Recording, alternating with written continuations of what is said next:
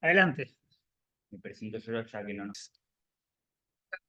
Hoy es 12 de diciembre, estamos con el último encuentro de la capacitación en energía para periodistas.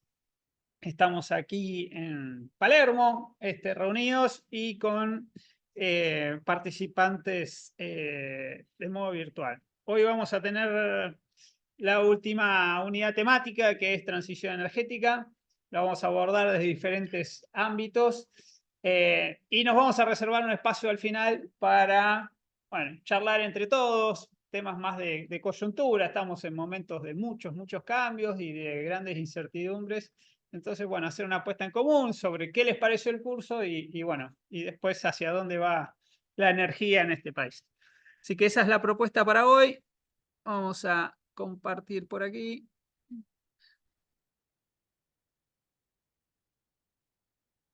Muy bien.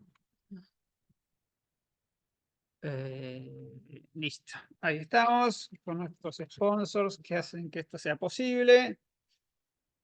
Bien, arrancamos. Atención.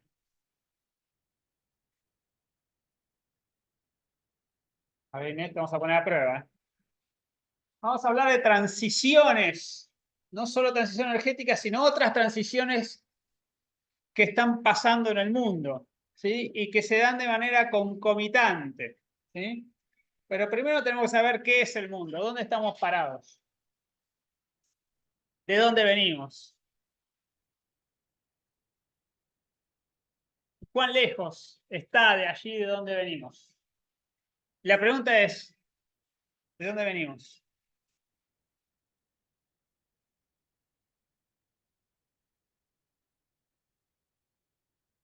No vuelvas a dónde, ¿de dónde salimos?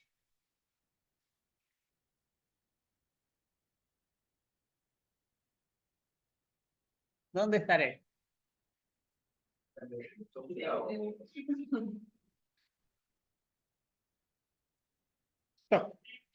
¿Qué dijo Cerati? 1.000.000 de años luz. Bueno, nosotros vamos a viajar más atrás todavía. Mucho más atrás. Soda Stereo. Vamos a ir a 13.800 millones de años luz de casa. ¿Qué había ahí?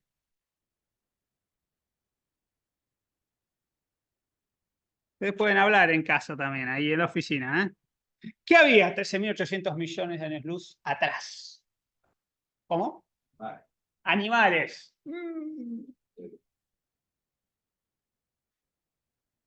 Esto era. El Big Bang. Ahí arrancó todo. Tenemos allá la primera gran explosión. Para nuestro confort ya había inflación. La inflación es como el momento donde el universo se expande. Después vamos a ver si lo voy a poder marcar acá. Voy a poner mi puntero láser. Hay una zona donde los astrofísicos le llaman la era negra, simplemente porque ahí no hay luz. Y como no hay luz, nosotros desde aquí, que estamos bien a la derecha, chocamos, no podemos atravesar. Sí, de ahí en adelante. Entonces lo que vamos a ver, fíjense, las primeras estrellas a 400 millones luego de ese Big Bang. ¿Y qué comienza ahí? Bueno, fíjense, desarrollo de galaxias, de planetas. Nosotros somos un planeta que orbita alrededor del Sol en una galaxia, que es una de miles, de miles, de miles, de millones de galaxias. ¿Sí? Nuestra Vía Láctea no deja de ser una en un gran cosmos. Y estamos por ahí. ¿Cómo llegamos a donde estamos hoy, que debemos ser ahí la nada misma? Bueno, fíjense, esa gran expansión de 13 billones, como lo llaman ellos, ¿sí? Se ve así. ¿Y cómo sabemos que se ve así? Vamos a correr esto. Porque tenemos el telescopio James Webb, que hace un añito nomás, un año y pico, empezó a transmitir las últimas imágenes, ¿sí?, actualizadas. Fíjense, 400 millones de años después del Big Bang, las primeras estrellas. Miren qué bonitas que aparecían esas imágenes infrarrojas. Hay varias, ¿sí? Un quinteto de galaxias, ¿sí?, todas juntitas. O la nebulosa de Carina, esta es de la foto que más ha trascendido de la imagen, bellísima. O esto que es, como dice el dicho, nace una estrella. ¿Cómo nace una estrella? Bueno, tiene que morir algo antes. Entonces muere una nebulosa, gas y polvo cósmico que se expande y ahí nace una estrella. ¿Cuántas estrellas hay? ¿Sí? 5.000 exoplanetas en la Vía Láctea, que es la nuestra. Después hay otros y otros y otras y otras. Y todos conformados por millones de estrellas. Nosotros tenemos una estrella que es la nuestra y de ahí estamos nosotros en un planetita. Entonces la pregunta es, ¿qué somos nosotros en el planeta Tierra? Bueno, nada, la nada misma. Una nimiedad cósmica, así perdida en el cosmos, como el Chapulín después de que se tomó pastillas, ¿se acuerdan? Soñábamos con tener esa pastilla para hacernos chiquitos. Bien, eso es lo que somos como planeta Tierra, ¿sí? Pero la pregunta es, ¿cuántos somos? ¿Cuántos somos? Escuchen. ¿Cuántos somos?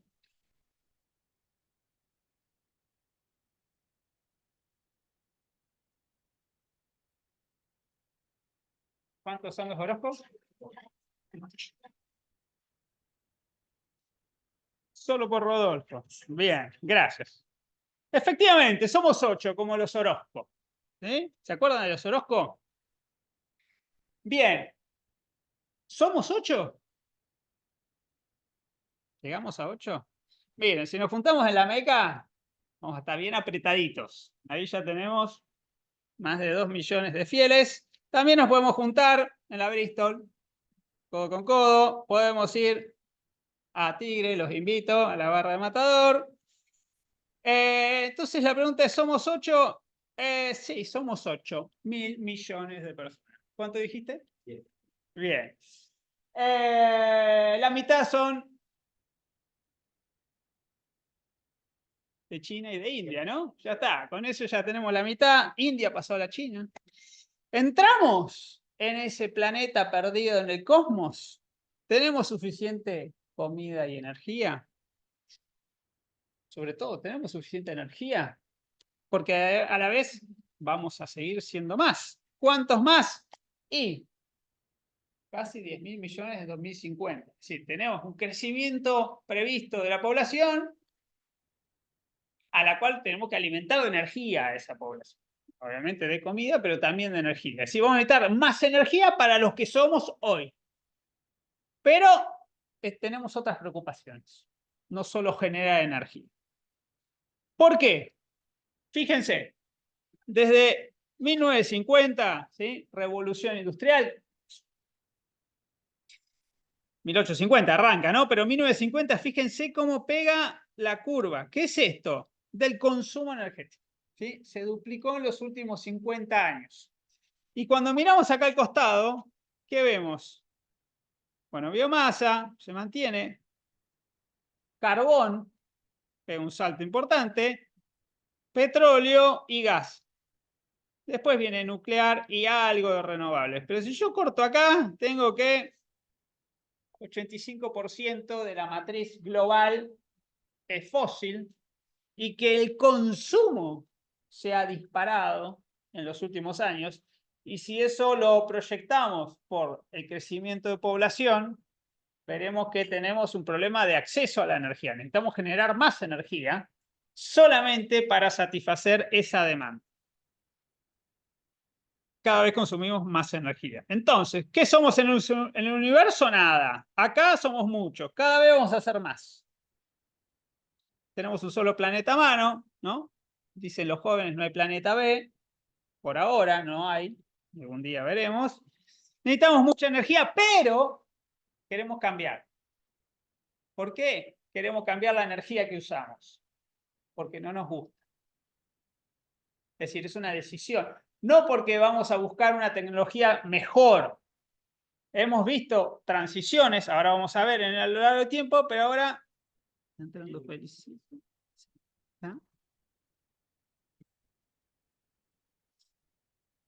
No por eficiencia, sí por unidad energética, porque cuando pasamos de biomasa al carbón, del carbón al petróleo, el petróleo al gas, lo hacíamos cada vez, necesitábamos menos recursos para generar la misma energía, pero era más eficiente. Ahora no, ahora queremos dejar de consumir ese tipo de energía para otra que emite menos CO2. Ahí está nuestro interés, nuestro desafío, ¿sí? Transicionar. ¿Qué es transicionar? Bueno, a lo Gramsci, ¿no? Uno no termina de morir cuando el otro no termina de nacer. Hay un periodo de cohabitación, de convivencia entre tipos de energía. Entonces decimos, bueno, los fósiles emiten mucho CO2, el CO2 produce calentamiento global, tenemos que reducir ese consumo. Pero al mismo tiempo que necesitamos más energía, tenemos que producir de otro tipo para poder compensar y reemplazar. Entonces, velocidad de ritmo. Cuando hablamos de velocidad de ritmo hay una sola transición, hay una sola forma de dejar de consumir fósiles para consumir renovables o de otro tipo o fósiles con menos emisiones. Costo. ¿Quién paga el costo de la transición? No solo el costo del financiamiento, sino los efectos del calentamiento, ¿quién los afronta? ¿Sí? Lo que hoy llamamos no solo la mitigación, sino la adaptación al cambio climático. ¿Quién va a financiar esa adaptación? De los pueblos que sufren los efectos. Ya vemos, hay eventos extremos climáticos en todos los parajes del mundo. Nadie se salva de esto, ¿sí? De una sequía, de una inundación, de un terremoto, de temperaturas extremas. Digamos, lo vemos a diario. Bien, ganadores y perdedores. Vamos a una reconfiguración de la producción energética y de su comercialización.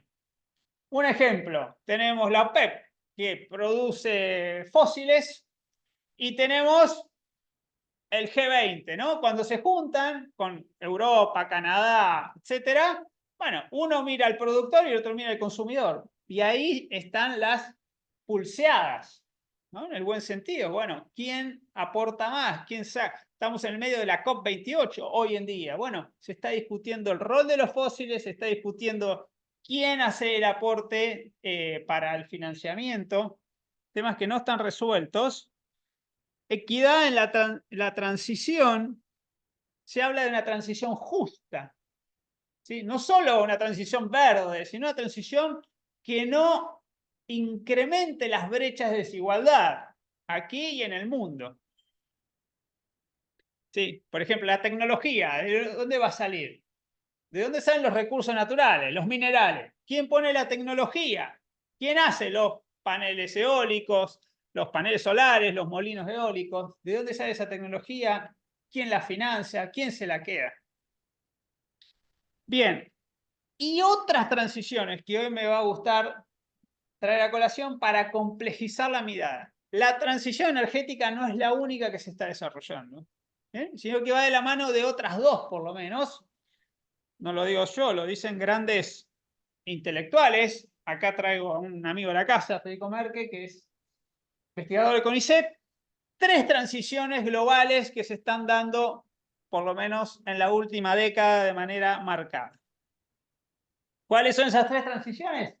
Bueno, la transición del poder de las grandes potencias, ¿sí? Unipolarismo, multipolarismo, bipolarismo, Estados Unidos, China, una potencia ascendente como China y una potencia hegemónica como Estados Unidos, pero estancada y que se siente amenazada. Una transición del capitalismo, sea económica, de la globalización. Veníamos de épocas donde eliminábamos barreras, libre comercio, interdependencia, todo el mundo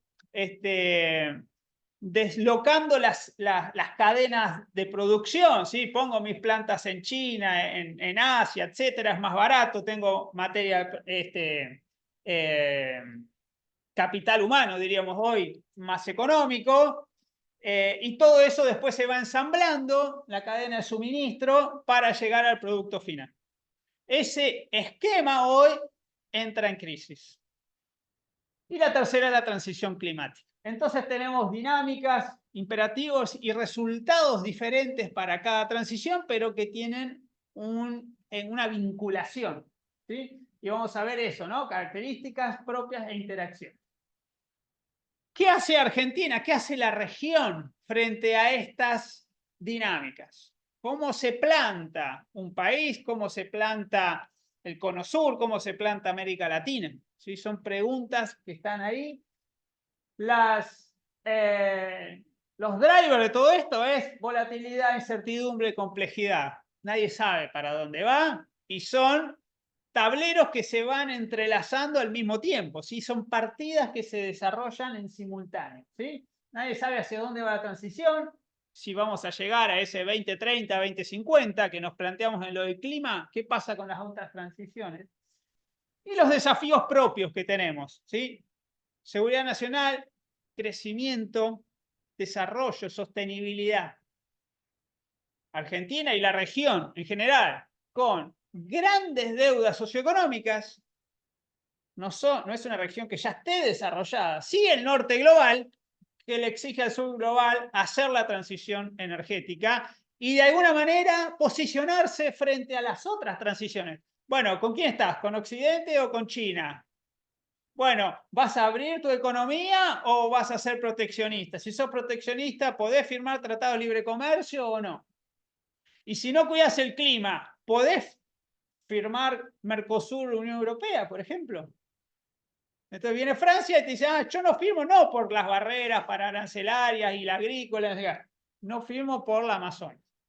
Entonces se entrecruzan las agendas. Bien, ¿qué requiere Argentina y la región? Tener una estrategia definida, ¿sí? Con unos contornos, con aliados, con temas bien,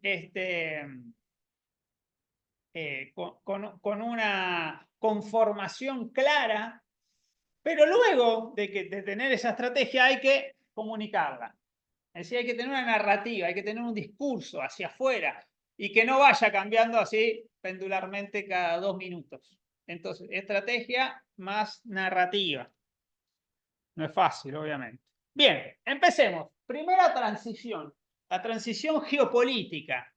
¿Qué está pasando en el mundo?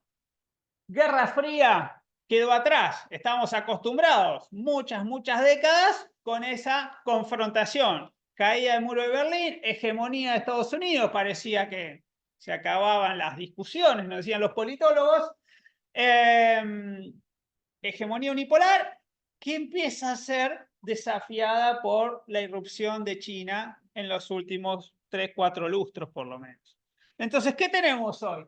Bueno, esto, en el mejor de los casos esto, que se dan la mano las potencias y que colaboran. En el peor de los casos, una confrontación directa.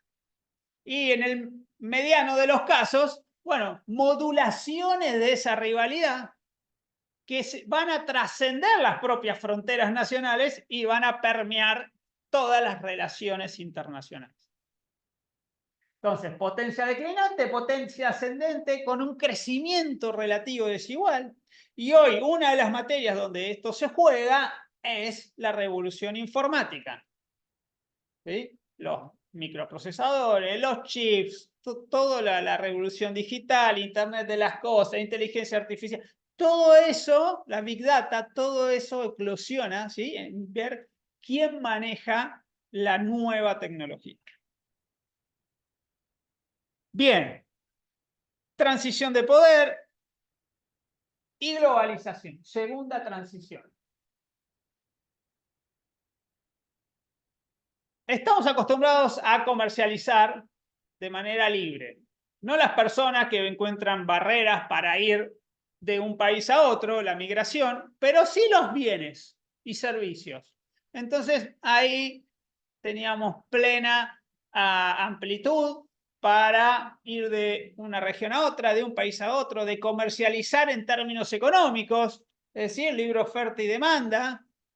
Entonces busco socios comerciales, busco aliados para producir, para bajar mis costos relativos. Pero puede empezar a haber puntos de estrés, ¿no? Por ejemplo, se te encalla un barquito en el canal de Suez. ¿Y qué ocurre?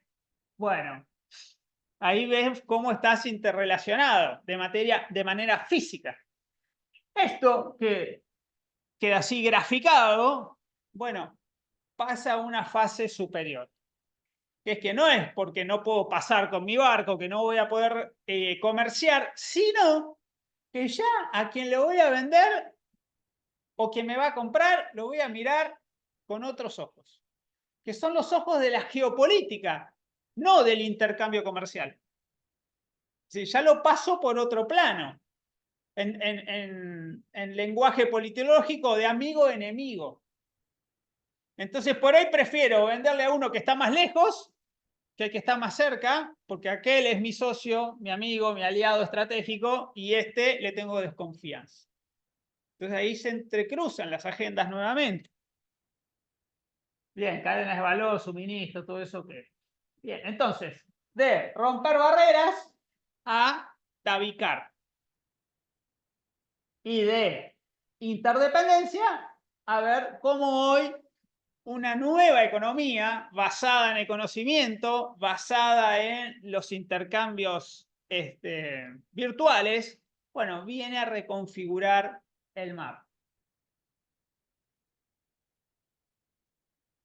Tercera transición, es la que más nos suena, la climática. Arrancó allá por los 70 con el primer informe y después empezaron las conferencias de la ONU. Hoy vamos, decíamos, por la 28 hoy en día. Y allá en 2015 se logra el Acuerdo de París, que fue el granito, la Agenda 2030 y los Objetivos de Desarrollo Sostenible. Allá el número 7 es el que más nos interpela en términos energéticos, energía asequible y no contaminante. Y yo aquí les pregunto, para tomar agua, ¿qué quiere decir energía asequible? ¿Qué quiere decir energía no contaminante? ¿Qué me pueden decir? No contaminante que no emita gas. Que no emita. Bien. Fuerte. ¿Qué más?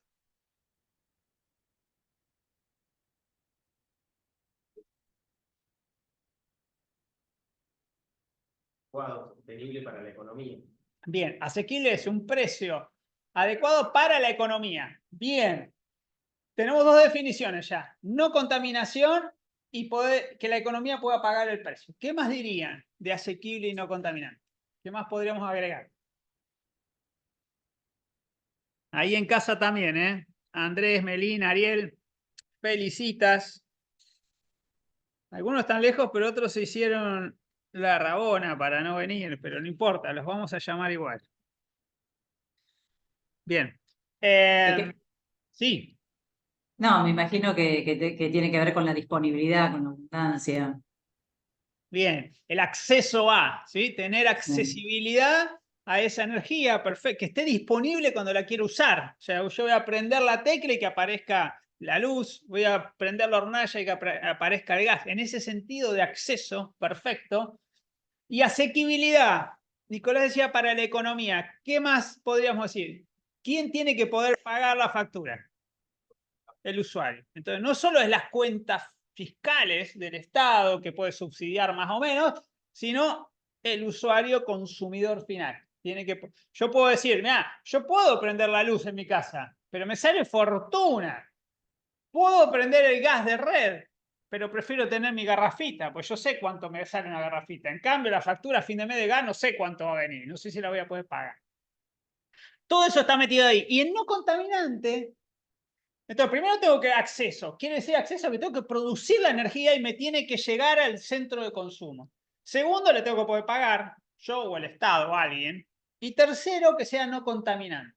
No contaminante puede ser que no contamine, que no emita CO2 a la atmósfera, o puede ser lo que estamos viendo hoy en día, que es reducida en emisiones, ¿sí? De bajas emisiones. Cuando yo digo una energía de bajas emisiones, estoy contemplando, ¿sí? Algunas que podrían estar en transición a, ¿sí? Pero que no las quiero cortar de cuajo.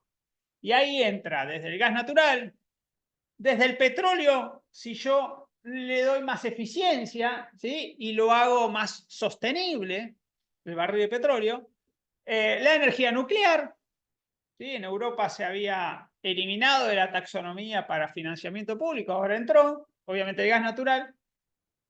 El gas natural con captura de carbono y almacenamiento, y después lo que conocemos como el hidrógeno, que también lo puedo hacer de fuentes fósiles o de fuentes renovables. Entonces, bueno, la ley, por ejemplo, el proyecto de ley que está en el Congreso, habla de hidrógeno de bajas emisiones.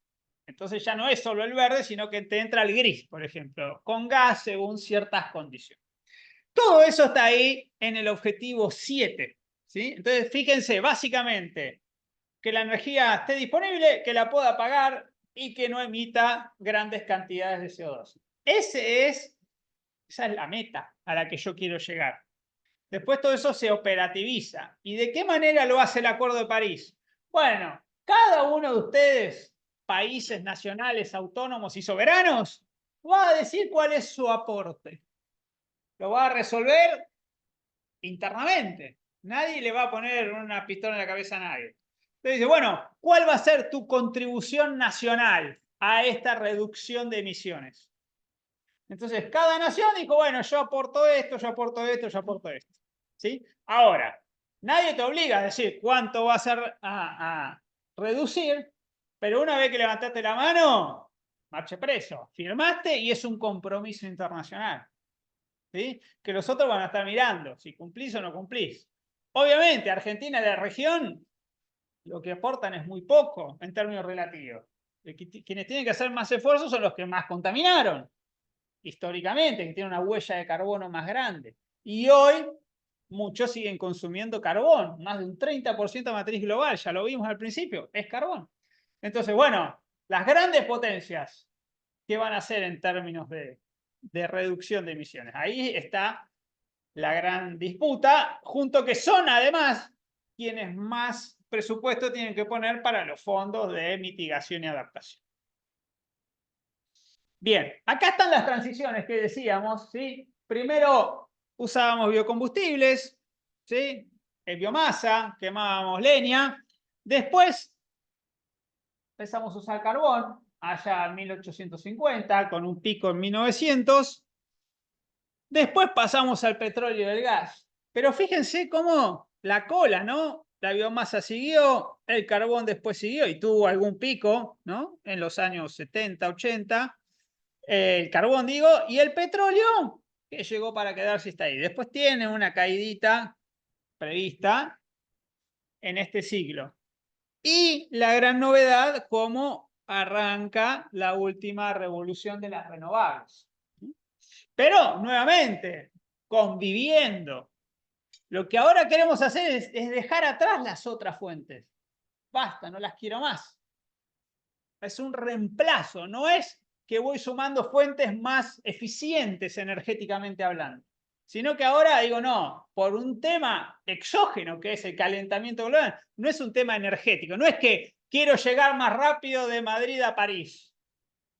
¿Sí? Entonces, del tren a combustión paso al tren eléctrico, lo que fuera. No, ahora quiero llegar sin emitir. Entonces, Taylor Swift, que viaja rápido en su superjet, le dice, ah, pero usted tiene una huella de carbono alta. ¿Y qué tengo que hacer? ¿Viajar a vela? Bueno, no sé, o consumir otro tipo de combustible para los aviones, o no hagas tantos viajes. No sé, pero ya empezamos a mirar con otros ojos el consumo. ¿Fuiste a ver Taylor Swift? Bien, bien ahí. Bien. Se suma. Bien. Greta. ¿Sí? Transición energética. Este es el último libro, ¿conocían? Compila a varios autores.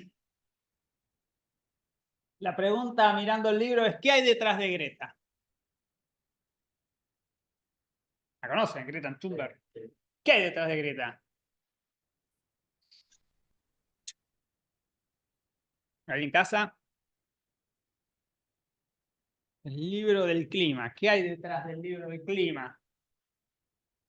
De la manera de concebir el mundo y de cómo nos sale el propio consumo de energía. Bien. Eso postula la generación de Greta, ¿no? Bien, pero detrás de Greta hay algo más simple. ¿Qué es esto? Un cuadrito. ¿Está? Que hizo un investigador británico, que es el aumento global de la temperatura desde 1800 para acá. Este es el gráfico que usa el libro. Y fíjense, nosotros hoy estás acá, dice, ¿no? Estamos por acá y hacia la derecha son escenarios. Entonces, si vamos bien al vértice superior derecho, vamos a quedar rostizados rápidamente en este planeta.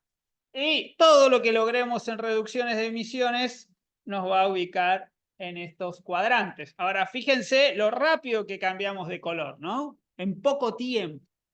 Entonces, ¿vieron cuando Milei decía, bueno, pero ha habido épocas de glaciación y de calentamiento y que se van sucediendo y eso es histórico, es un dato, los investigadores? El gran cambio es que ahora en poco tiempo, relativo, millones de años, ¿sí? La temperatura se ha disparado como nunca lo había hecho antes. Entonces la pregunta es, ¿eso es producto de la acción humana, antrópica?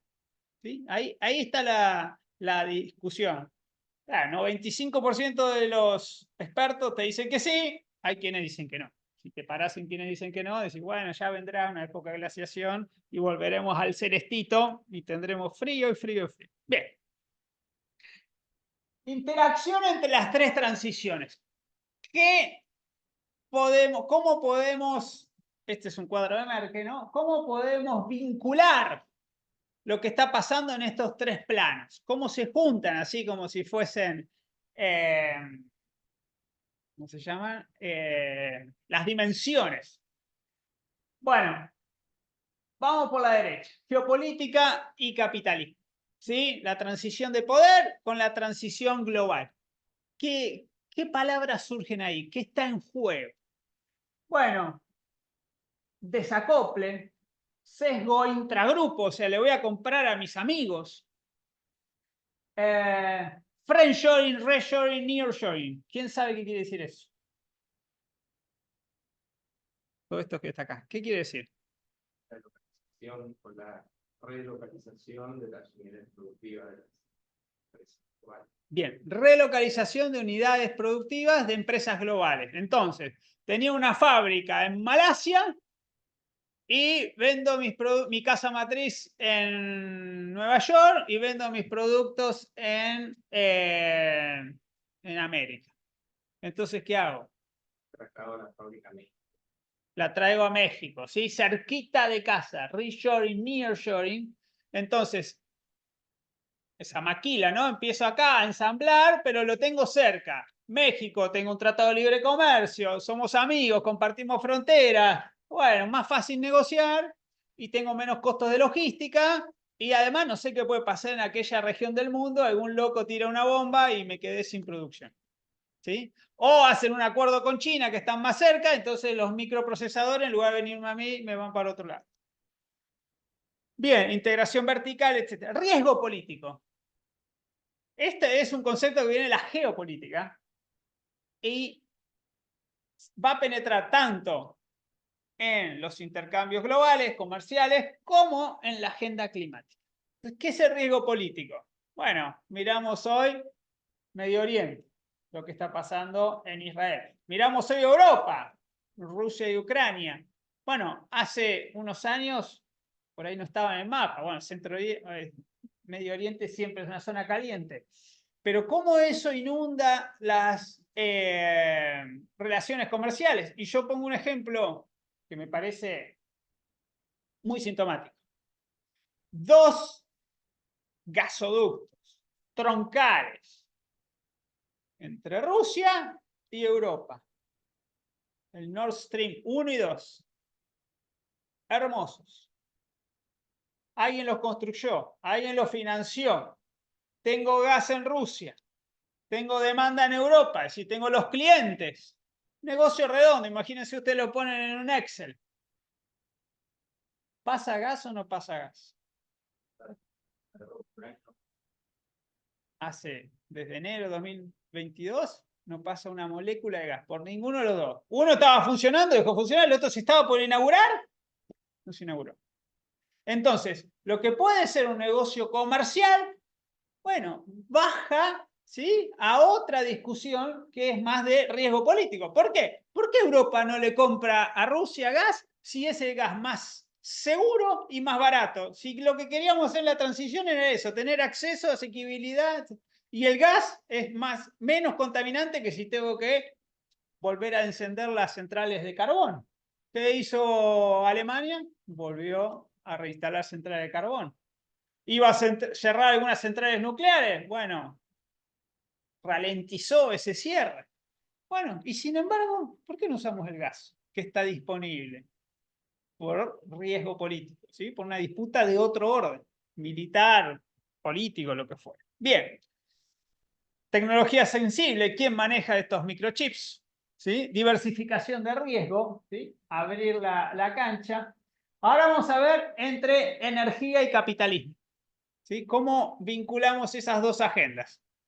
No, vamos a dejar la última. Geopolítica y energía. Geopolítica y energía. Yo digo, bueno, quiero energía baja en emisiones.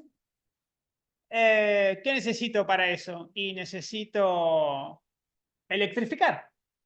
Para dejar de consumir fósil necesito energía eléctrica. Pero energía eléctrica que no se genere con gas, carbón y combustible, que también lo puedo hacer. Sino energía eléctrica que se genere con energías renovables. Bueno, entonces, ¿qué necesito? Muchos molinitos, muchos paneles, biomasa, biocombustibles, pero sobre todo energía eólica, ¿sí? Que es el número 1 en el mundo. Bueno, onshore, offshore. ¿Qué necesito para hacer todo eso? Minerales. Minerales críticos. ¿Por qué críticos? Porque no están diseminados por todo el mundo, están en pocos lugares. Entonces, ahí le voy a poner el ojo. Minerales críticos, Argentina tiene litio, tiene cobre, algo más, y otros que están en pocos países, ¿sí? Me tengo que ir a Kazajstán. Entonces, bueno, ¿quién va y negocia ahí ahora? ¿Con quién hace sus acuerdos comerciales?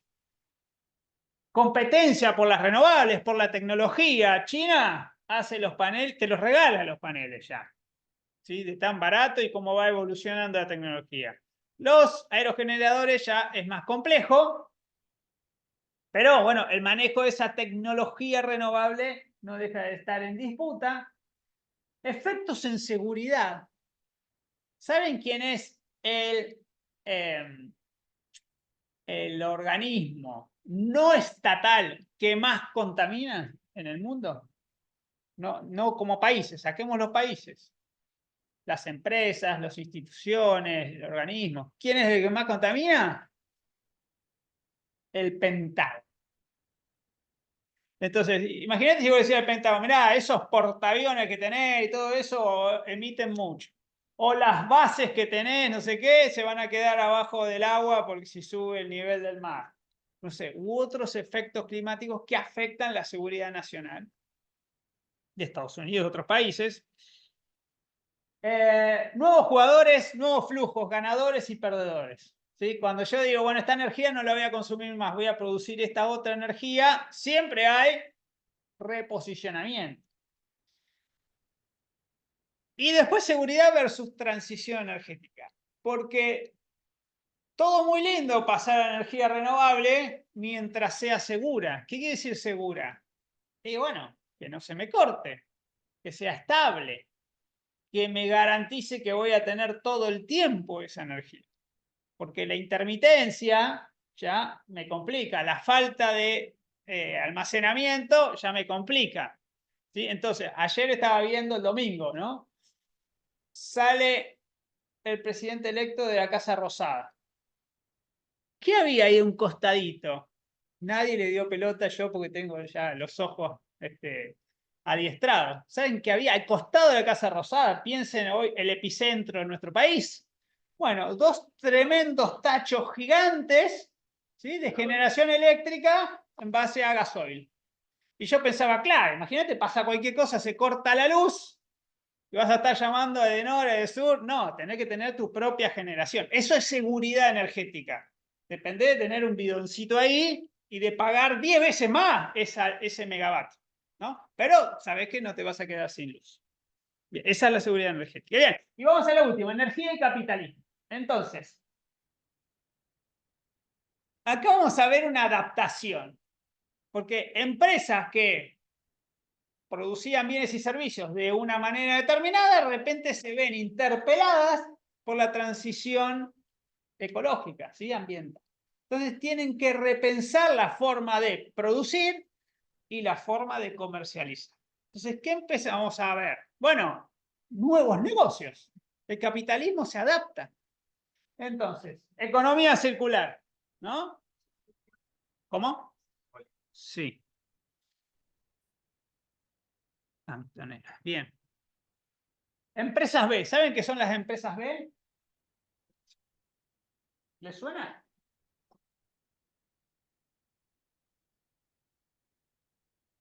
Para ser una empresa B tenés que cumplir ciertos parámetros, no solo de cuánta energía y qué tipo de energía consumís, sino temas más como sociales dentro de la compañía. Es decir, vamos a buscar equidad. Entonces, no solo equidad de género, sino equidad distributiva en cuanto a los ingresos. Entonces, el CEO no puede ganar tantas veces más que el último orejón del tarro en la empresa y cuestiones por el estilo. Entonces, son como nuevas compañías que tienen una propuesta, ¿sí? Entonces hacemos, no sé, vamos a buscar producción comunitaria o orgánica o lo que fuera, ¿no? Se readapta en ese sentido. Bueno, todo lo que es el mercado de carbón. Entonces, si una compañía petrolera dice, yo voy a producir en Vaca Muerta petróleo y gas, pero voy a ser más eficiente, ¿sí? O sea, el CO2 por tonelada equivalente lo voy a reducir. Perfecto, estos son mis planes. Bien, ¿de cuánto a cuánto? Y de tanta tonelada a tanta tonelada. Bien, ¿y acá abajo? Ah, no, acá me va a quedar un mínimo técnico que no voy a poder reducir nunca. Bien, ¿y qué vas a hacer con eso? Lo voy a compensar. Ahí viene la compensación. ¿Y cómo hago para compensar el CO2 que no voy a poder eliminar? Bueno, o capturo de la atmósfera o foresto. Entonces van a empezar a ver todas esas derivaciones, que es o foresto de cero o mantengo una forestación existente. Entonces, empresas que van a Misiones y dicen, yo voy a poner plata para que todos estos arbolitos no desaparezcan. Entonces, pagan por mantener y conservar. Y después vamos a ver otro, que es el mercado. Bueno, ¿quién es acreedor climático y quién es deudor climático? ¿Y cómo pueden transaccionar? Entonces, los mercados de carbono es eso. Bueno, a mí me sobra, a vos te falta, te vendo y vos con ese papelito podés compensar lo que estás emitiendo. Esto no es que hay un único mercado regulado, hay como experiencias y en cada COP se dice, bueno, esto hay que regularlo. ¿Sí? Hay empresas que certifican que otra empresa está reduciendo o manteniendo o haciendo algo en pos de. Bueno, el Green Deal, Estados Unidos, Europa, etcétera, soluciones basadas en la naturaleza y los vehículos eléctricos. Bueno, son todas cuestiones que vienen a cuento. Bien, desafíos para Argentina. Alguna vez dije vamos a ganar el Mundial y lo ganamos. Ahora tenemos que ganar la Copa América. ¿Y qué más tenemos que hacer en todo este contexto?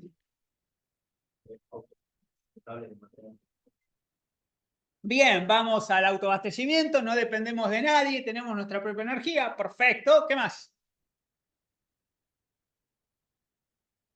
Ahí les pregunto, ¿somos autosustentables en petróleo? Sí, exportamos, nos sobra petróleo. ¿Somos autosustentables en gas? Sí, exportamos gas, salvo en invierno, nos falta un cachito, cada vez menos, pero ponele. ¿En combustibles? En algunos momentos del año nos puede faltar gasoil, pero en términos generales, poner un 10% que importes, está cerca. ¿Sí? No construimos más refinería, tenemos un problema ahí, pero ponele. Quiere decir que dentro de todo, Argentina. Y puede exportar cada vez más, quiere decir que en términos económicos podrá financiar esos puchos que le faltan. Pero no estamos lejos de eso. Ahora, ¿nos quedamos ahí? ¿Cómo nos subimos a estas transiciones? ¿Cómo nos subimos a la transición global? ¿Qué diríamos? ¿Eh? Sí, pero en la disputa de potencias. Vamos primero a esa. ¿Cómo nos subimos ahí? ¿Tenemos que hacer algo? ¿No hacemos? Gas. Pero no, la transición de potencias. Ah. Estados Unidos, China. Tenemos flamante presidente. ¿Qué ha dicho? La elección va a ser Clarísimo, ¿no? Parece que eso ya no es una disputa en nuestro país. Sí, y mandó la canciller a Brasil. Bueno, pero él dijo, no, yo me voy a alinear con Occidente, Estados Unidos y a Israel. Quiere decir que en esa disputa de potencias, por lo menos declamativamente, se posicionó con uno de manera decidida. No va a entrar a los BRICS, quiere entrar a la OCDE, o sea, parece que vamos a uno de los polos, ¿no? Parecería ser, vamos a ver cómo evoluciona. ¿Cómo y Argentina en ese marco y la región, ¿es una zona con alto riesgo político, dirían? Tenemos guerras, hambrunas, migraciones. es de lo más seguro. De lo más seguro en el mundo. O sea, tenemos algo que ofrecer. Che, acá no están volando las bombas como puede pasar en otra zona del mundo. Y no es teórico, está pasando hoy. Y en el medio donde pasan las bombas, por ahí tienen que pasar los barquitos con la producción. Entonces, mirá, acá puede ser diferente. Quedamos muy lejos del mundo. Quedamos lejos, estamos en términos logísticos, estamos lejos. Tenemos un gran peaje para llegar a aprovisionar y todo eso es más riesgo. No es riesgo político, es riesgo más comercial, si se quiere, y le agrega costos. Vamos a esa segunda transición global. En eso de relocalizar las inversiones. ¿Tiene Argentina en la región alguna oportunidad ahí? ¿Podemos ganar en algo si en lugar de todo el mundo ir a los gigantes asiáticos empiezan a estar más cerca de casa? Y en Mercosur era un poco eso, pero no, mucho arancelamiento, muchas restricciones. Pero pensemos en el consumo de Estados Unidos y Europa. ¿Podemos reposicionarnos si dejan de mirar a Asia? O al revés, antes mirábamos a los BRICS, mirábamos al sur global. Bueno, por ahí podríamos ir por ese lado y olvidarnos de llegar al norte. Bueno, hoy parece que volvemos a este lado. Pero digo, no somos México, no estamos tan cerca como México, pero estamos en una zona que sin riesgo político, con algo más digamos, de peaje, ¿no? Para llegar, pero podríamos ser nuevos proveedores Y el bono.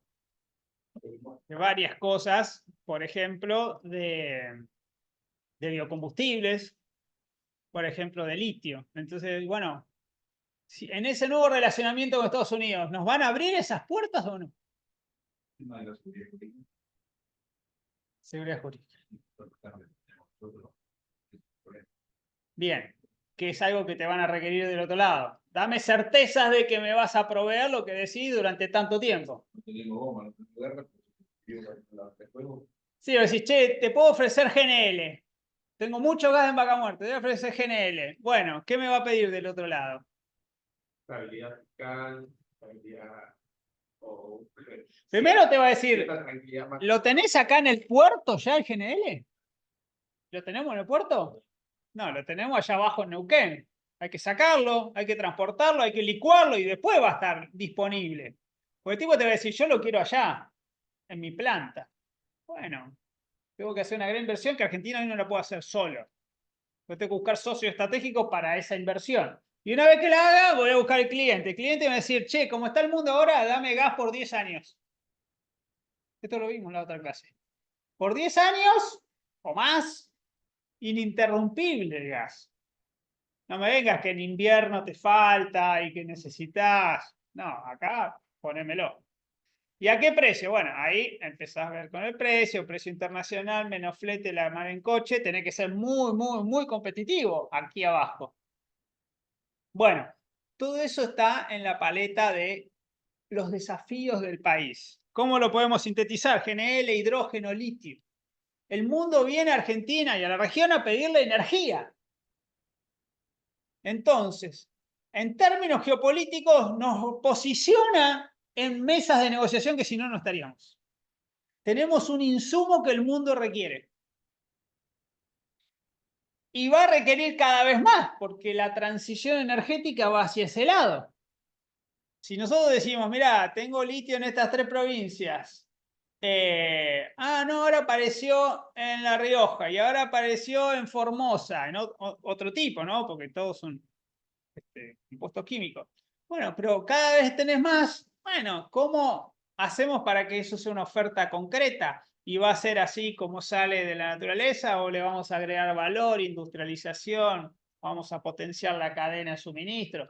Bueno, todas esas preguntas. ¿Pero para qué? Para darle al mundo lo que el mundo quiere.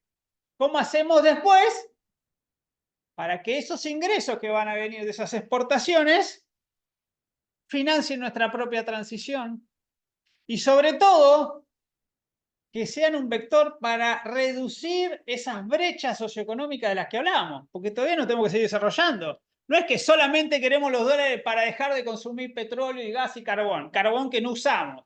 Bueno, petróleo y gas. Bueno, pero no solo pasa por ahí. Imagínense, soy gobernante, empieza a entrar los dólares de, así como ahora entran de la cosecha, del litio y del gas. ¿Qué voy a hacer con esos dólares? Ahí está la discusión. Gastos corrientes, Claro. pago sueldo y la deuda con el FMI y después me quiero desarrollar y no tengo nada. Entonces digo, no, bueno, vamos a aplicarlo a un modelo de desarrollo productivo sostenible. Bien, ¿estamos de acuerdo en eso? No sé si estamos todos de acuerdo. Sí, entonces digo, si se te termina el recurso, pero tenés el desarrollo productivo, verás, tenés un poquito más de sobra. Ujú. El problema es que se terminen todos los recursos y después no te quede absolutamente nada. Y el maleficio de los recursos naturales y que dependés de un solo ingreso. Bueno, hasta acá. Primera parte, ¿qué les pareció? ¿Se entendió más o menos la complejidad? Bien, vamos a hacer una segunda parte. Esperen que cierro esto.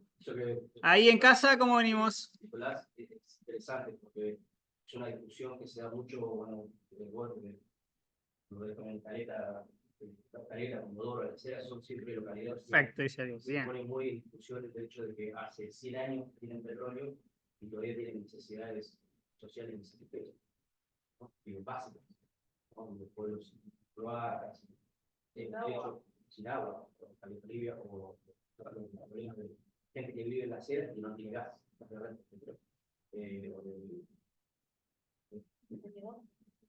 Claro. Entonces digo, hace 100 años se está explotando petróleo, porque la gente que vive en esos lugares Y no vio las mieles, no vio, claro. Y, por ejemplo, hacer la carretera de petróleo y gas importante, por el otro lado, y Perito Moreno, Estados Unidos, digamos, no tiene gas para Hace años que para el presupuestado nacional, pero no aparece. Pero no sé. son esas cosas. Donde hay mucho gas, falta agua. Pero lo que está pasando en el Perú, más norte también. Ujú.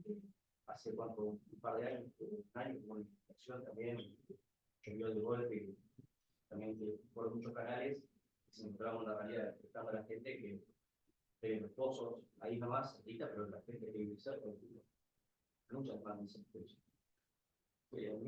estructura. Sí, y que lo que se entiende es que para que realmente sea un boom se necesita una cantidad de inversión que con la infraestructura existente colapsa. O sea, tiene que haber mucha más gente trabajando, y muchos más camiones y mejores rutas y todo, y eso. Claro, eso es lo que más ruidos. Y la ruta, bueno, ahora está en absoluto nuevo, pero Ujú. justo Sí. Y hay que ver si se sigue ahora con la segunda parte. Bueno, vamos, avanzamos. Así como decíamos, cada país tiene su contribución nacional determinada a nivel internacional. A nivel interno, eso se refleja en planes, programas, estrategias. En el mejor de los casos, se concretan en documentos oficiales mandatorios, ¿no? Y Argentina ha avanzado, le costó, pero ha avanzado en el sentido de darse su propia estrategia, de plasmarla en regulación. Regulación que es medio soft law, ¿no? Es decir, no es que te va a obligar y te va a poner sanciones, sino que te marca el camino al que vos aspirás a llegar. Entonces, bueno, la meta es a tanto y para llegar a esa meta, 2030, 2050, tendría que ser hacer algunas de estas cosas. Entonces empieza a delinear una hoja de ruta tímidamente, pero articulando, ¿no? Nosotros, ¿qué tenemos a nivel nacional? Tenemos un Gabinete Nacional de Cambio Climático que está, o estaba hasta ahora, ¿sí?, bajo la órbita de Jefatura de Gabinete de Ministros, que unificaba, ¿sí?, varias carteras que tenían incidencia. A nosotros lo que nos interesa es la Secretaría de Energía, era la autoridad de aplicación en materia energética, claramente. Y la Secretaría de Energía empieza a dictar normas, resoluciones, donde traduce esos objetivos nacionales al subsector energético, que, como ustedes saben, es responsable del 53% de las emisiones. Entonces, bueno, esa cuota parte que tenemos, la producción energética y el consumo, bueno, ¿cómo la vamos a reducir? ¿Cómo vamos a atacar esa producción y esa demanda para reducir desde el punto de vista energético ese nivel de emisión? Bien, entonces, ¿qué hace la Secretaría de Energía? Empieza a dictar normas que se llaman Plan de Transición Energética 2030 o lineamientos, ¿sí?, de transición a 2050. El primero salió en 2021, justo cuando era la COP, pero no se presentó oficialmente una nueva propuesta. Parecía que sí, finalmente no se hizo. Y esa primera norma tuvo actualizaciones o mejoramientos, no sé cómo decirlo, este año, ¿sí?, con 2 resoluciones de la Secretaría de Energía que vamos a ver. Sobre todo lo que me interesa que veamos es el rol del gas natural en esos planes oficiales, ¿sí? Porque hablamos mucho de transición, de ir a las renovables. Hoy las renovables están en un 13-14% de la matriz eléctrica. Queremos llegar al 20%. Claro, medio mentiroso, digo yo, porque si le sumamos la hidro y le sumamos la nuclear, podemos llegar al 40% rápidamente y 60% de la matriz eléctrica en 2030, pero como a nivel internacional eso no lo contabilizamos, nos quedamos con las no convencionales, ¿sí?, eólico, solar y alguna más. Bien, entonces, acá viene el spoiler. ¿Cuál va a ser la conclusión de lo que veamos hoy? Bien, muy fácil. Tenemos una matriz fuertemente gasificada, ya lo vimos en algún encuentro anterior. Necesitamos más gas para más demanda interna nuestra, no solo gas por redes, reemplazar garrafas, sino más demanda de fertilizantes, más demanda de petroquímica, más demanda de gas para industria, para litio, ¿sí?, llegar a otras zonas. Bien, el gas natural va a tener un rol fundamental en estos planes a 2030 y además de todo esto, nosotros no necesitamos hacer algo que el mundo sí necesita hacer, que es dejar de consumir carbón para generar energía eléctrica y pasar al gas natural. Eso ya es revolucionario para el mundo, pero necesita gas. Eso se vincula con lo que decías del geopolítico, ¿no? China e India principalmente, pero también el sudeste asiático haciendo esa transición. Sí, y además Rusia ofreciéndole a Asia, che, ahora tengo todo este gas que no va a Europa, ahí reconfigurando las relaciones comerciales, y donde no hay veto político. Pues no, Rusia la mala de la película, entonces no le compramos más, pero eso dice Europa. Hay otros jugadores que dicen, a ver, ¿qué me ofreces? ¿Seguridad, abastecimiento y precio barato? Vení que te compro. Entonces, primero te van a vender barcos de GNL y después con el tiempo van a empezar a hacer los ductos que no usan, como el Nord Stream a Europa, te voy a construir otros al norte de China. Va a llevar más tiempo, pero van a aparecer. No, para después digo que no olvidar de, cuando reflexionemos y analicemos un poco el panorama, quería preguntarte, si pensás que es el peor momento para no entrar en crisis. ¿Por qué? El peor momento para no entrar. Si es el peor o no. Para no entrar. Teniendo en cuenta todos esos países, obviamente, que integran el BRICS, que necesitan todo esto que están mirando. Vos decís que no sería oportuno dejar de entrar. Bueno, la guardamos para después. Bien, entonces, larga vida al gas natural. ¿Sí? Acá y en el mundo. Bien. Plan Nacional de Transición Energética al 2023 está mal eso. Al 2030 es. ¿Sí? Plan Nacional de Transición. Hay quienes dicen, che, ¿es un plan o no es un plan? ¿Qué tiene que tener un plan? Bueno, tiene que tener indicadores, tiene que tener plazos medibles, ¿sí? Tiene que estar operativizado. Tiene que decir cuánto cuesta cada cosa de lo que vamos a hacer. Es decir, cuántas centrales térmicas van a entrar, cuántas centrales nucleares, cuánto de hidro, cuánto de eólico, bueno, cuánto va a costar todo eso, en qué lugar del país van a estar, cómo se van a interconectar. Eso es un plan. Bueno, este es como que va camino a hacerlo. Para algunos lo es, para otros todavía le falta. Bien. Bueno, esto es lo que hablábamos hoy. Argentina tiene la primera contribución nacional en 2015 con el Acuerdo de París. Después se empieza a revisar. En 2020 está la segunda contribución, que es la actual. Parecía que iba a haber una segunda actualización que tiene una reducción de un 19%. Ahora vamos a ver a dónde llega. En 2021 no se presenta formalmente. Pero después salen estas resoluciones, que es de lo que vamos a hablar. La 1036 del año 2021, todas de Secretaría de Energía, y la 517 y 518 de este año. ¿Sí? La 517 a 2030 y la 518 a 2050. En el medio tuvimos el acuerdo de Escazú, ¿sí? de acceso a información y participación ambiental. El Plan Argentina Productiva 2030, que también es una hoja de ruta por misiones, por sector, y el Plan Nacional de Acción y Mitigación, una resolución del Ministerio de Ambiente. Entonces abajo tienen la línea temporal para seguir. Y nos vamos a concentrar en lo primero que tenemos, ¿sí? Que es qué hacer para llegar a las metas a 2030. Entonces, ustedes cuando entran en esa resolución de Secretaría de Energía van a tener todas las tecnologías, van a tener escenarios y van a decir, bueno, cuánto se necesita de cada uno en términos medios globales, pero va a haber por primera vez metas cuantitativas y cualitativas. Las vamos a leer. ¿Sí? No exceder la emisión neta de 349 millones de toneladas de CO2 equivalente. Ese es el objetivo a 2030, ¿sí? Esa reducción, tener ese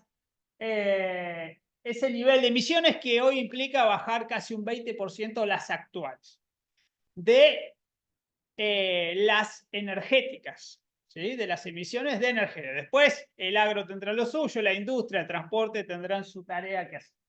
Bien, reducir por eficiencia energética y uso responsable de energía al menos un 8% de la demanda. Eso no es solo producción el objetivo, sino que también nos interpela a nosotros como consumidores. ¿Cómo hacemos para ser más eficiente y reducir nosotros los volúmenes consumidos? Entonces ya vas a emitir menos, pero porque hay menos consumo, no porque sos más eficiente. Pero para eso también tenemos que adaptar los hogares, adaptar los equipamientos. Y uso responsable. ¿Cuál es la mejor forma de decirle a un consumidor que gaste menos? ¿Cuál es? Por tarifa, ¿sí? Es el mejor disciplinador, la mejor señal que yo le puedo dar. Si a mí me cuesta cuando voy a aprender, le voy a decir a mi hija, salí de cuarto, apaga la luz, ¿sí? No al derroche. Si todo me es barato, no sé ni lo que vale, bueno, no lo cuido, ¿sí? Es algo normal. Bien, superar el 50% renovables de generación eléctrica. Ahí está, meto las convencionales o no meto las convencionales. alcanzar una penetración de autos eléctricos, bueno, eso va a llegar algún día, estamos lejos. Alcanzar 1000 megas de generación distribuida. ¿Qué es la generación distribuida? ¿En qué consiste? ¿Les suena? ¿Generación eléctrica distribuida? Que se genere en el lugar de consumo y la distribuidora o la cooperativa eléctrica reconozca esa inyección que se hace en la factura.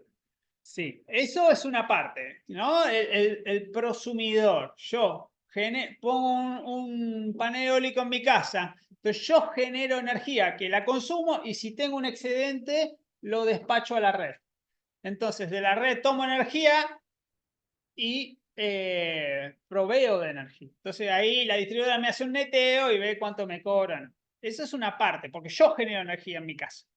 Pero otra parte de generación distribuida es generar energía donde no tenés acceso al sistema interconectado, en zonas rurales, aisladas, etc. Entonces yo pongo un molinito para consumo in situ, pero donde no es muy costoso tirar una línea para llegar a una escuelita, a un poblado o lo que fuera. Bueno, todo eso mejora porque son fuentes renovables, ¿no? Entonces, en lugar de tener que llevarle un bidón de gasoil para que tengan luz de noche, le pongo un molino, un panel, lo que fuera. Hay un programa de Secretaría de Energía que viene hace muchos años que se llama PERMER, ¿no? Y que va en este sentido. Bien, y la última, aumentar la red de transmisión eléctrica de alta tensión, 5.000 kilómetros de nuevas líneas. Este es un enorme desafío para nuestro país. Si queremos ir a la electrificación, ¿sí? A un escenario de electrificación total. Segundo, si pones un poco subordinado al 6, digamos, cómo vos hacer la logística de la generación distribuida si no tiene la alta tensión y las líneas. Sí, todo. Toda la transición renovable depende de las líneas de alta tensión. ¿Cuál es el problema? Que son muy costosas. Muy costosas. ¿Se puede hacer por obra pública? El Estado ha hecho. Allá 2007, 2015 hizo mucho, hizo todo el anillado, ¿no? Del sistema interconectado. Es costoso, lleva mucho dinero, años de repago. ¿Lo puede hacer el sector privado si no es por obra pública? ¿Sí? Bueno, no es que sea imposible, pero es difícil acá y en el mundo. ¿Por qué? Porque el transporte troncal eléctrico, en este caso, atraviesa varias jurisdicciones. Son montos de inversión que exceden lo que puede hacer una compañía en particular. Una compañía puede tener un proyecto de producción, etcétera, perfecto. Pero después financiar estas obras es más complejo. No funcionó en los años 90. No sé si lo recuerdan, había como un sistema de congestión por nodos, fondos SALEX que se iban acumulando, entonces iba a haber incentivo para que los usuarios industriales financiaran las obras. Bueno, no funcionó. Después, en el gobierno anterior, los contratos PPP iban también a ser financiados por el mercado. Cuando la economía estalló, la macro, eso no caminó, no se hizo nada, ni una línea, ni una carretera, nada. Entonces es complejo, ¿no? Porque además el privado necesita ciertas garantías, ciertas condiciones. Puede ser una tarifa que alguien la tiene que pagar, o puede ser acceso a mercados, a clientes, a exportación, que el Estado va a tener que garantizar. Hoy el gran problema de Santa Cruz está toque ya por energía, siendo una provincia que puede ser exportadora de energía, que tiene pocos habitantes, no puede exportar porque no tiene líneas para sacar. Y estamos haciendo 2 centrales hidroeléctricas que van a generar energía eléctrica. ¿Tenemos línea para esas centrales? Bueno, ese sería el colmo. Estamos a mitad, no sé, 40, 30, no sé cuánto de avance de las obras. Tenemos financiamiento chino. Hay que ver cómo continúa con este gobierno. Pero lo peor es que vamos a generar megas y no los podemos transmitir, ¿no? Si no hacemos la línea. Entonces, tenemos un proyecto que podía cerrar en sí mismo como proyecto de generación, pero si no lo ligás a un mercado, no te sirve de nada. Un comentario ahí Sí. entre lo que es transmisión y generación distribuida, que en cierto punto igual vos podrías impulsar la generación distribuida Bien a bien. sin tener las inversiones en la transmisión, porque lo que hace, o el objetivo es que relaje la Exactamente. demanda en línea. Entonces, vos podés impulsar la generación distribuida sin impulsar la instalación de Lo que se está haciendo en Chaltén, que es una comarca chiquita, con toda la energía, que es una pequeña presa, y energía eólica para abastecer ese pueblo, no tener que depender del combustible, es carísimo. Se alimenta hoy Chaltén con... Estando en Enarzo, unos dolores de cabeza, había que llevar gasoil desde Buenos Aires hasta Río Gallego y después llegar a Calafate. O sea, es menor el costo, porque gasoil contra panel o contra molino, además importás, tiene su...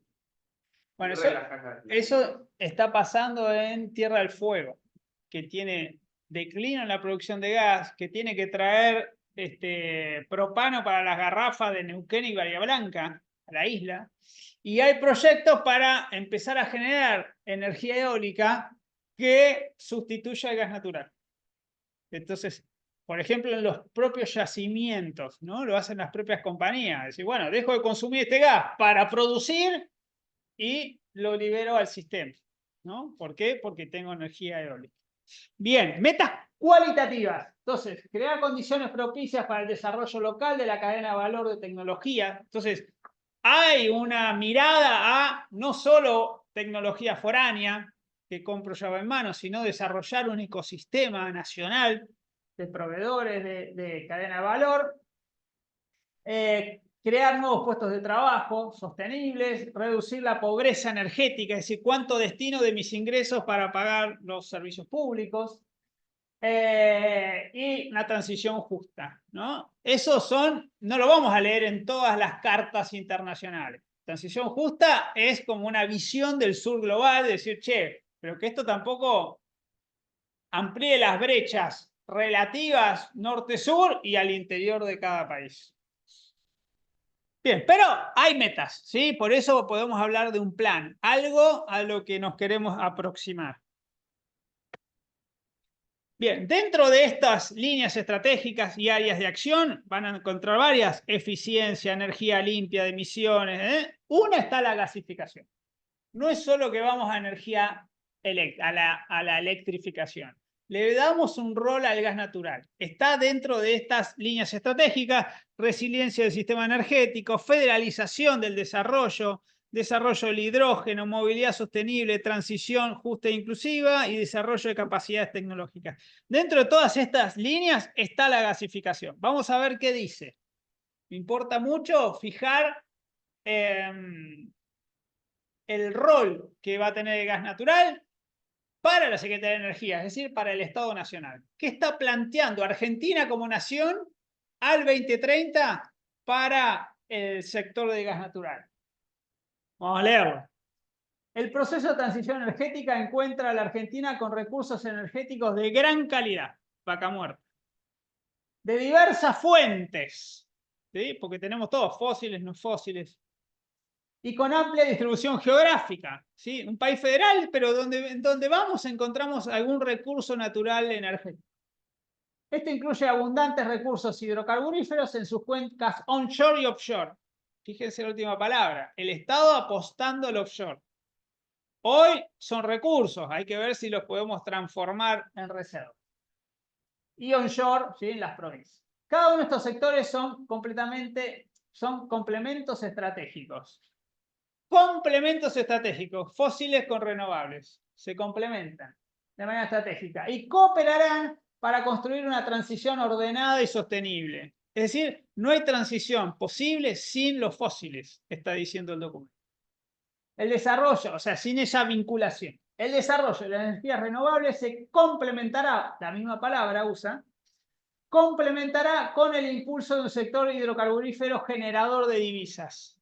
¿Cómo genera divisas del sector hidrocarburífero? Y exportación. Y exportación. O limitación de la CIM. O reemplazo de importación. O las dos cosas al mismo tiempo. ¿Sí? O sea, abastezco el mercado interno, plan gas, y reemplazo importaciones costosas, o exporto excedentes que me van a dar dólares que me van a permitir transicionar. Por eso la complementación. El gas natural será, fíjense el verbo, no está en potencial, no está, será el vector energético de transición clave para reducir las emisiones de gases de efecto invernadero mediante un suministro confiable, asequible y continuo, a la vez que se aprovechan los recursos del país. Entonces, rol de gas natural clave en la transición, ¿sí? Complementa las renovables, te aportan dólares y es una fuente confiable. Cuando yo hablo de confiable, de suministro continuo, estoy hablando de seguridad energética. Le doy un gran valor a la seguridad energética. Tener la energía disponible en el momento que la necesito para las necesidades de la población y de la economía. ¿Eso me lo puede aportar el gas? Sí, ya, mañana. ¿Te lo puede aportar las renovables? Sí, en un cachito, sí. Es más costoso y es intermitente.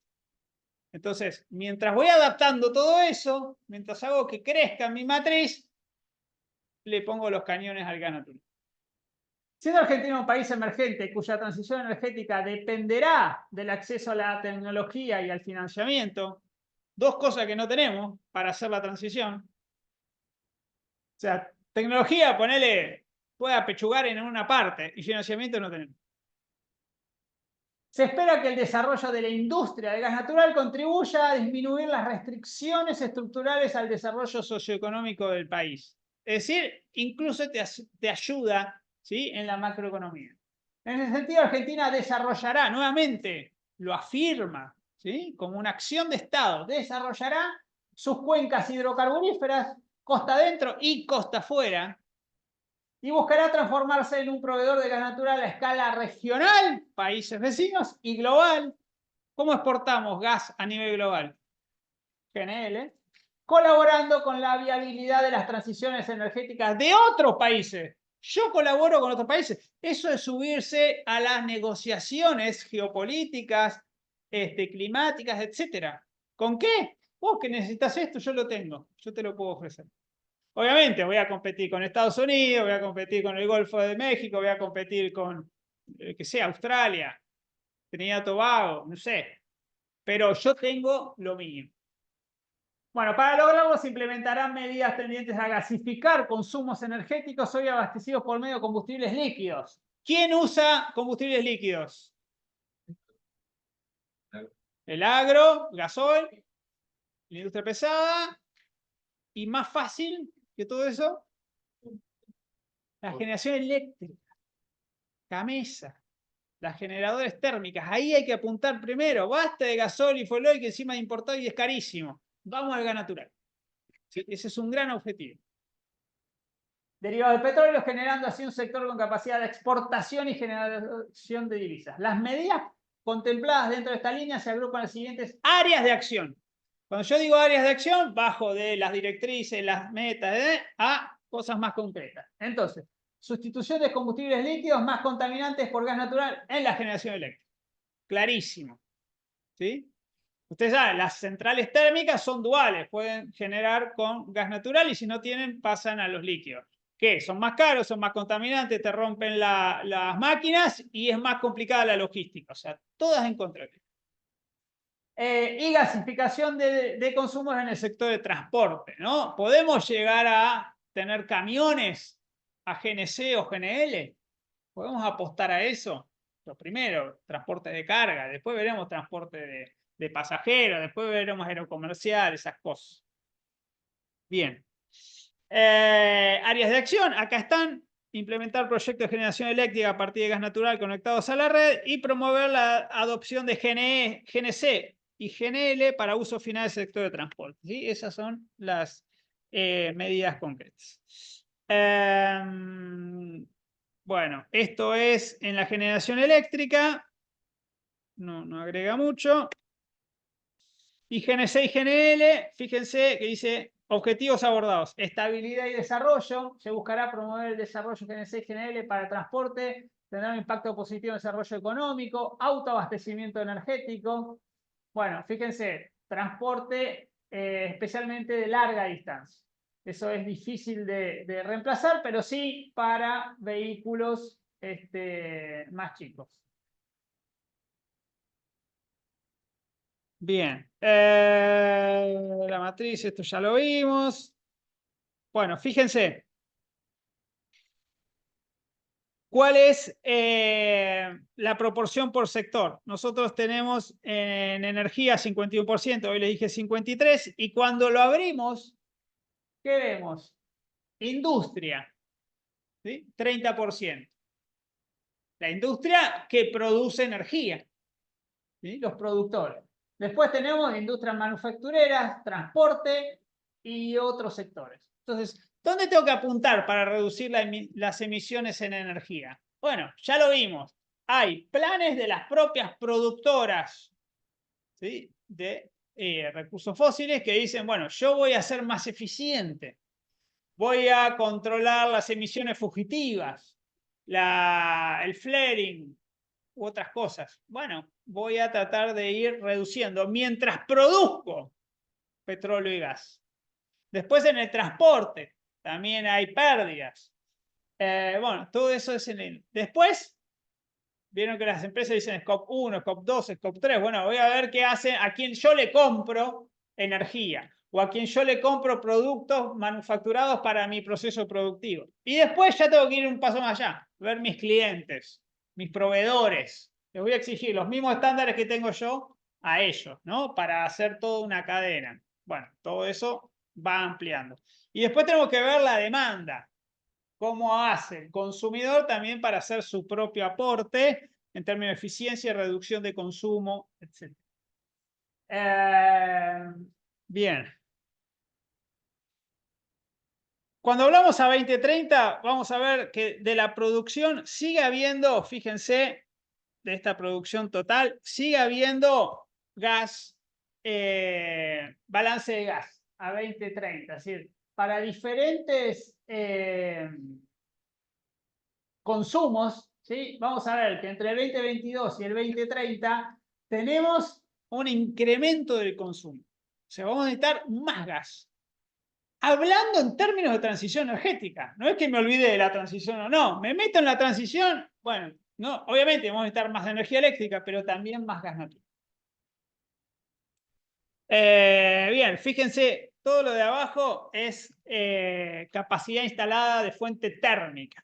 Entonces, lo que más sube son las renovables, pero la térmica, la nuclear y la hidroeléctrica te da ese colchón de estabilidad que te permite hablar de seguridad energética, de autoabastecimiento, etc. Pero apuntamos, ¿no?, a que este de acá vaya creciendo y el verde los de arriba. Bien, esto es nueva potencia térmica y algunos datos: producción de energía eléctrica, millones de metros cúbicos día. Hoy estamos en 135, 140 millones. Haciendo Néstor Kirchner y otras obras vamos a subir. Fíjense que a 2030 se espera llegar a 174, que no es una meta tan ambiciosa si le sumamos el GNL. Porque la propia YPF dice que para los proyectos de GNL se necesitan algo así como 80 millones de metros cúbicos adicionales. Está hablando de 3 gasoductos. Entonces, lo que quiero marcarles es que vamos a una potenciación de la producción de gas en Argentina, ¿sí? Y en exportaciones 135, 140, los picos. Y fíjense, 15 a 20 de exportación, ¿sí? Hoy ya estamos exportando 11, 13 a Chile con el plan gas. Queremos exportar más si hacemos la reversión, no sé, llegar al norte de Chile, Bolivia, Brasil, todo eso, y después sumarle GNL. Bueno, inversiones también. Esto es lo bueno que tiene el plan. Trae algunos números. Alguien se sentó a hacer un numerito. Che, ¿cuánto sale hacer todo esto? ¿Sí? Algunos números son como muy redondos, ¿no? Como, bueno, Llama la atención. ponés algo ahí. Pero bueno, 10.000 millones de dólares en transporte de gas, gasoductos y en la terminal de GNL. Esto puede ser financiamiento privado también. Pero bueno, hay que ponerlo. Y fíjense, obviamente, en eficiencia energética, todo lo que ponemos en reducir las emisiones, casi 30.000 millones, y después otros en potencia eléctrica, transporte, etc. Este transporte eléctrico, no sé si tiene las líneas de alta tensión que se necesitan hacer. Bien, inversiones necesarias también en potencia. Bueno, esto es un poco más de lo mismo. Esto, ¿saben qué es PAC? PAH. Pero que- Pequeños aprovechamientos hidroeléctricos. Bien. Malísimo, ¿Y por qué hablamos de pequeños? porque son menores a 50. Bien, muy bien. ¿Y con los mayores qué hacemos? Y bueno, ahí hay una discusión, ¿no? Porque es lo que hablábamos un poco antes. No tienen emisiones, pero tienen impacto ambiental. Y si el impacto ambiental ya está amortizado, Otra discusión nueva. bien, se vencen las concesiones. El gobierno no dijo nada. Ahora el próximo, este gobierno ya no es más próximo. El flamante gobierno va a tener que decidir qué hace con esas concesiones. ¿Sí? Son más de 15 represas. ¿Las vuelve a licitar al sector privado, pareciera? ¿O las retoma el Estado Nacional? Las piden las provincias. ¿Las piden las provincias? ¿Quieren hacer un ente federal con las provincias? ¿O prorrogo las concesiones que ya se están venciendo? Bueno, todo eso está abierto. Pero lo cierto es que son centrales que hizo Agua y Energía, Hidronor, etcétera. Si tengo una concesión a 30 años, quiere decir que están generando desde antes, están recontra amortizadas, pero tienen una vida útil que se puede extender como una central nuclear. Y la pregunta es, ¿por qué no considero yo esa energía renovable en mi matriz? Cuando salga al exterior y digo, che, yo genero acá energía verde, con agua. Bueno, no lo contempla. Y no contempla la ley tampoco, ¿sí? En la meta de a 2025. Porque son muy poco, significa muy poco. No, es conceptual. Es conceptual, como no, bueno, esas las dejo de lado, lo mismo que dejo de lado el gas natural, lo nuclear, es conceptual. Renovable, no convencional, ese es el término. Entonces, eólico, solar. Bien, Atlanticazo o Anielazo. ¿Qué es el Atlanticazo? El offshore, ¿sí? Me voy a quejar a Mar del Plata en verano para que no toquen las ballenas y los peces no se queden sordos, ¿sí? Eso es literal. Bien, está perfecto. Es una lucha social de determinados grupos ambientalistas. Bien, ¿por qué pongo Anielazo? Porque cuando uno lee todo esto que venimos viendo, el foco está en otro lado. Está en reducir las emisiones mientras estoy transicionando hacia fuentes renovables. Entonces, ¿por qué digo Anielazo? Porque tendríamos que ir a quejarnos ahí a Anielo, ¿sí? Capital de Vaca Muerta, y decir, che, ¿cómo hacemos acá para reducir las emisiones mientras sacamos gas y petróleo de Vaca Muerta? ¿Cómo hacemos para que esta población tenga acceso a los servicios básicos, para que haya carretera, ruta, para que haya servicio, para que haya acceso a vivienda, para todas esas cuestiones socioeconómicas que vienen de la mano del desarrollo energético, pero que también hace a un desarrollo sostenible y a la eficiencia en la producción? Por eso digo, a veces me parece que el foco, cuando miramos para dónde va el país, ¿sí? Porque el offshore está avanzando, es exploración, no sabemos qué hay. Sí, hay que hacerlo con los mejores estándares y ya la justicia se expió. Pero hay cosas que pasan adelante de nuestras narices y a veces no las vemos. Y sobre todo, que como vimos la otra vez, queremos duplicar la producción de Vaca Muerta en petróleo y gas. ¿Qué va a generar eso ahí in situ? ¿Y cómo hacemos para que eso no sea una producción descontrolada en términos de esto, ¿no? De emisiones, de eficiencia, etc. Bien, objetivos de sostenibilidad, etcétera, etcétera. Bueno. Y lo último que les traigo, porque hablamos mucho de transición, hablamos mucho de electrificación, recién vimos el rol del gas natural, pero, no sé si recuerdan, hace pocos días, la flamante canciller le dijo en la UI a los industriales, ¿por qué no financian ustedes? La cuarta línea creo que dijo. ¿Por qué el gasoducto Néstor Kirchner lo tiene que pagar el Estado? Son preguntas válidas, dichas a los industriales. ¿Qué quiere el gobierno? Bueno, che, muchachos, inviertan ustedes. Bueno, esa inversión, bienvenido. Esa inversión, ¿en qué tiene que destinar? Si queremos ir a la transición, necesitamos líneas eléctricas de alta tensión, extra alta tensión. Bien, son complejas, pero no estamos en el aire, ya hemos avanzado. No se hicieron las líneas, pero sabemos cuáles son. ¿Por qué sabemos cuáles son? Porque se pusieron de acuerdo dos dependencias del Estado, o pseudoestatales, o mixtas, si quieren. Una es Camesa, que es la compañía administradora del mercado eléctrico mayorista, que ve toda la producción y consumo eléctrico, y por ende las redes, y la licenciataria de transporte eléctrico en alta tensión, que es Transener.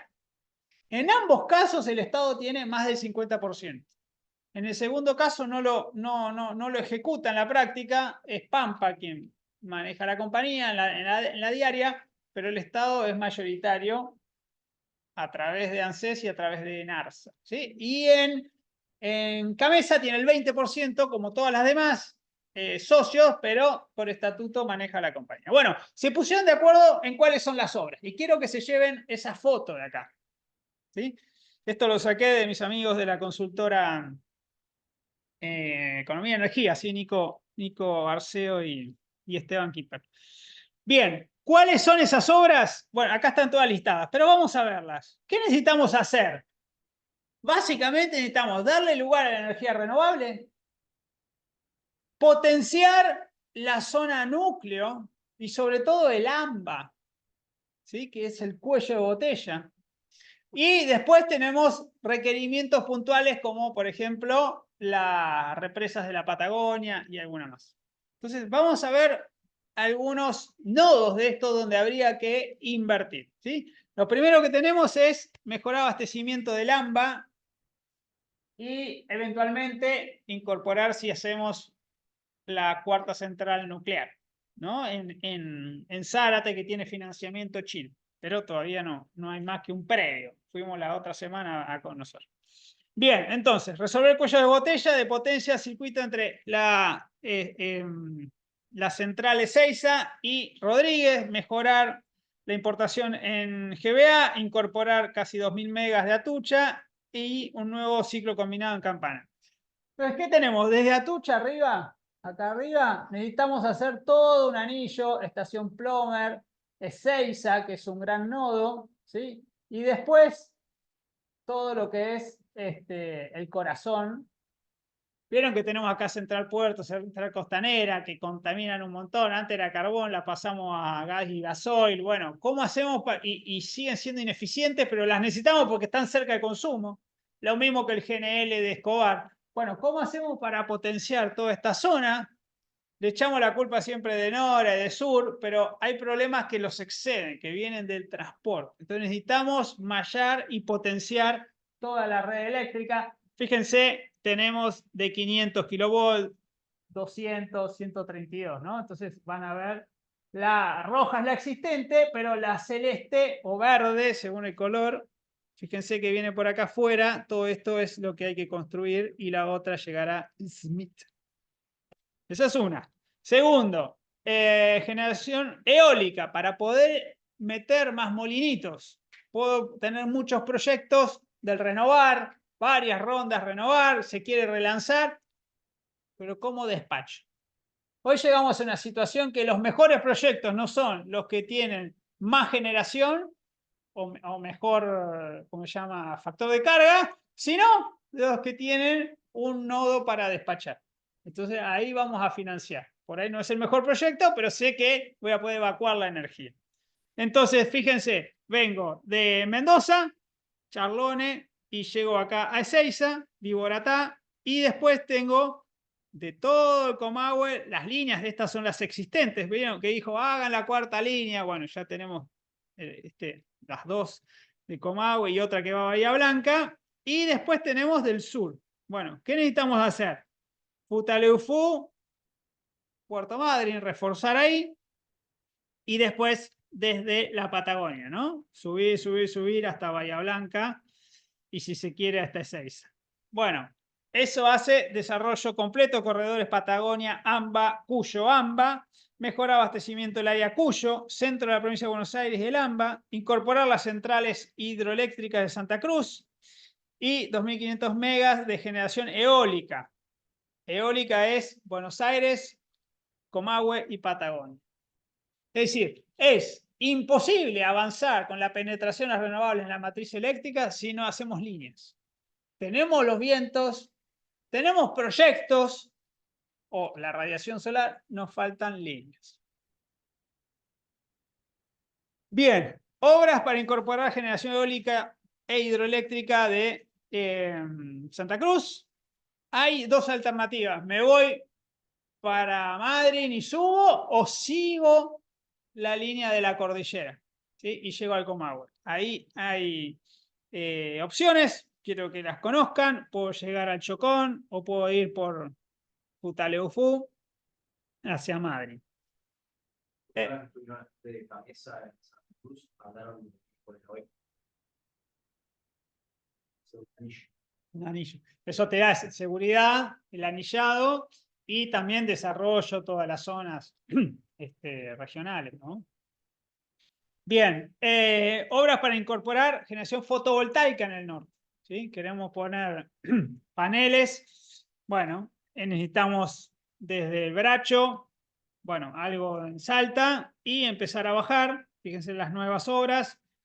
Llegar acá a San Francisco, en Córdoba y seguir bajando. Y después conectar San Juan, todo lo que en alguna época llamaba línea minera esto, no por el litio, precisamente, pasar por La Rioja, Catamarca, etc. Todo Puyo. Bueno, eso es lo que tenía para traerles hoy. Nos vemos las caras nuevamente. Hasta acá llegó la clase. Vamos a